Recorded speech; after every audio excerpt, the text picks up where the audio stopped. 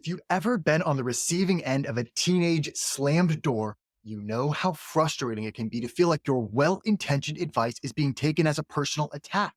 But what if I told you there's a deep psychological reason behind your teen's defensiveness, and that with a few simple shifts in communication, you can start getting through to them like never before? Hi, I'm Andy Earl. I spent years as a psychology researcher studying teen behavior, and now I host the Talking to Teens podcast, where I interview the world's leading experts on parenting, adolescence, and communication. In this video, we'll dive into the science of why even the most casual conversation can feel like criticism to your teen. We'll explore the three main psychological triggers that can make teens feel overly criticized, and I'll share a few practical strategies for giving feedback that actually sinks in without setting off World War III. Picture this. You sit down with your teen for what you think is a low-key chat about their less than stellar report card. But before you can even get to your main point, they're already shutting down, getting defensive, or even lashing out. Sound familiar? It's like you've stumbled into an emotional minefield, and anything you say is liable to set off an explosion.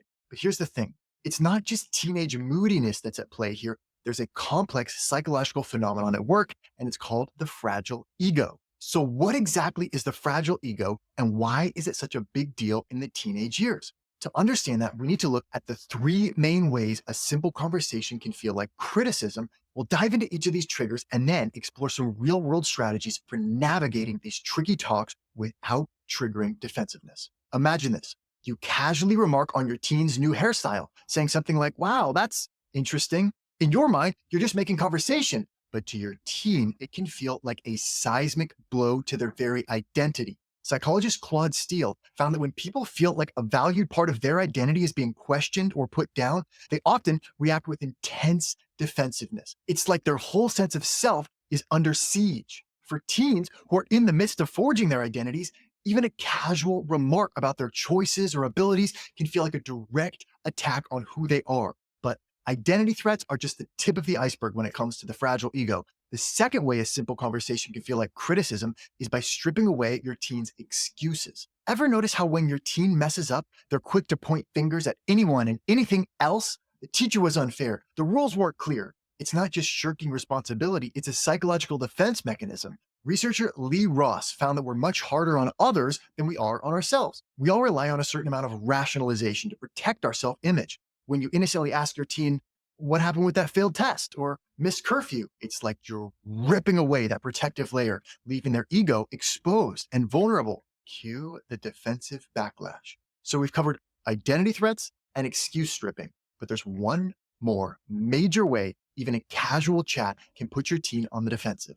Here's a pop quiz. What's the one thing teens crave more than anything else? If you said autonomy, give yourself a gold star. It's the holy grail of teenage development, and any perceived threat to it can set off major alarm bells. When you innocently suggest that your teen might want to study more or rethink that outfit choice, they hear, "You're not capable of making your own decisions. You have terrible taste." Psychologists call this phenomenon reactance, and it's why even the most well-meaning advice can backfire spectacularly. Your teen's inner two-year-old comes out swinging, ready to defend their right to make their own choices, even if those choices are questionable at best. So those are the three reasons your teen views everything as a criticism: identity threat, loss of excuses, and challenges to autonomy. Understanding these fragile ego triggers is the first step to more effective communication with your teen. But how do you actually put this knowledge into practice? Let's look at some strategies. Want to give feedback without setting off your teen's identity threat alarm? Research from Carol Dweck shows that the language we use can make all the difference. Instead of framing feedback as a judgment of who your teen is, try positioning it as about their current strategy or approach. Rather than, "We need to talk about your grades," which can feel like an attack on their intelligence, try, "I noticed these study strategies aren't getting the results you're hoping for. What if we explored some different approaches?" Dweck's studies found that when feedback focuses on process rather than person, students are more likely to stay engaged and see setbacks as opportunities for growth rather than threats to their identity. This subtle shift in language helps teens understand that you're not questioning their capabilities or their worth, you're simply helping them fine-tune their methods. It's like giving them permission to be a work in progress, which takes enormous pressure off their fragile sense of self.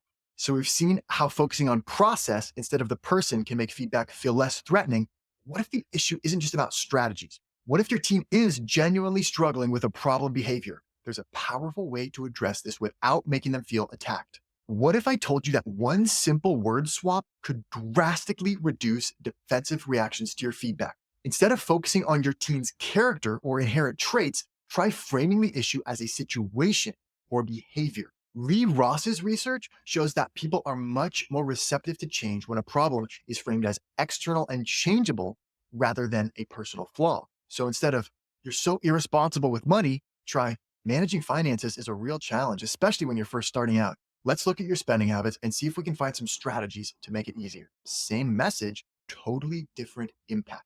We've covered how to frame feedback about both strategies and behaviors, but there's still one major challenge every parent faces. What should you do when your teen is about to make a decision you strongly disagree with? How do you guide them without triggering that fierce drive for independence? When your teen is making a questionable choice, what's your gut reaction? If you said lay down the law, you're not alone. But Jack Brehm's work on psychological reactance shows that when people feel like their freedom is being threatened, they'll often do the exact opposite of what's being pushed on them, just to assert their independence. So how do you give guidance without triggering their rebellion reflex? The key is to offer choices and invite collaboration. Instead of, you're not going out until you clean your room, try, I've noticed your room's getting pretty messy. What's your plan for tackling it this week? I don't want to tell you when or how to do it, but it does need to get done. When teens feel like they're an active participant in the decision-making process, they're much more likely to buy into the plan. Now, let's see how these principles might all come together in a real-world scenario. It's every parent's worst nightmare. Your teen comes home way past their curfew and you suspect they've been drinking. Your instinct might be to unleash a tirade of criticism and consequences, but that's a surefire way to slam right into their fragile ego. Instead, start with empathy. I was really worried when you didn't come home on time. I'm so glad you're safe. Tell me what happened tonight. Listen to their side of the story without judgment, then express your concerns from a place of care. I know you didn't plan for this to happen, but I'm worried about the situation you found yourself in. Let's take tonight to rest, and tomorrow we can talk about how we can work together to make sure you have the tools to handle peer pressure in the future. By affirming your love, focusing on the situation, and inviting collaboration, you create an opening for real learning and growth. At the end of the day, communicating with teens isn't about avoiding criticism. It's about reframing our conversations so they feel less like an attack on their fragile ego and more like an invitation to grow and learn together. By using strategies like situation-focused feedback and choice framing, we can transform even the touchiest topics into opportunities for connection and understanding. Remember, your teen needs your guidance, but they need your respect and compassion too. With a little psychological savvy and a lot of patience, you can master the art of the judgment-free heart-to-heart. And that is a skill that will serve both of you well long after the teenage years are over. If you found this video helpful, please like, share, and subscribe to our channel for more science-backed insights on navigating the wild ride of parenting teens. And remember, the next time you find yourself in a communication minefield, take a breath, lead with love, and trust that underneath that prickly exterior, your teen really does want your support. You've got this.